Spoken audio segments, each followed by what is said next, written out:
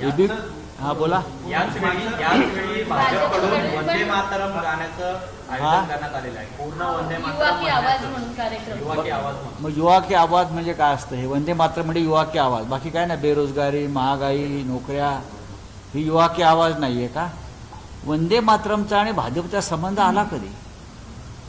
वंदे मातरमचा आणि भारतीय जनता पक्षाचा अजिबात संबंध नसून वंदे मातरमचा आणि काँग्रेसचा संबंध. ज्यांचा स्वातंत्र्य लढ्याशी संबंध नाही त्यांनी वंदे मातरमची उठाठेव करू नये या मताचा मी आहे. वंदे मातरम 1932 साली ज्या स्वरूपात घटना समितीने सुद्धा स्वीकारलं, त्यानंतर आणि आधी काँग्रेस वर्किंग कमिटीवर नेताजी सुभाषचंद्र बोस, सरदार वल्लभभाई पटेल असे लोक होते आणि त्यांनीही वंदे मातरमची 2 कडवी अधिकृतपणे स्वीकारली. ती भाजपला मान्य का नसावीत? त्यांना ती मान्य असायला पाहिजे, कारण यांचा स्वातंत्र्याशी संबंध नाही, स्वातंत्र्य लढ्याशी संबंध नाही. यांनी कधी वंदे मातरमची गर्जना केली नाही. जे वंदे मातरम करत फासावर गेले त्यांचा ह्यांचा काही संबंध नाही आणि आता हे नसती उठाठेव करतायत.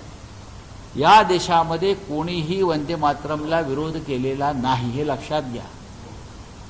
जंतर मंतरवर मुलं वंदे मातरम गात असताना त्यांच्यावरती पोलिसांनी लाठी हल्ला केला. हे फक्त ब्रिटिश काळामध्ये होते.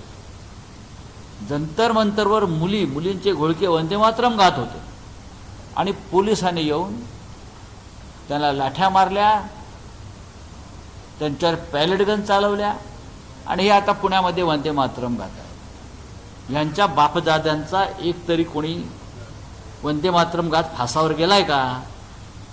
कशालाही ढुंग करताय.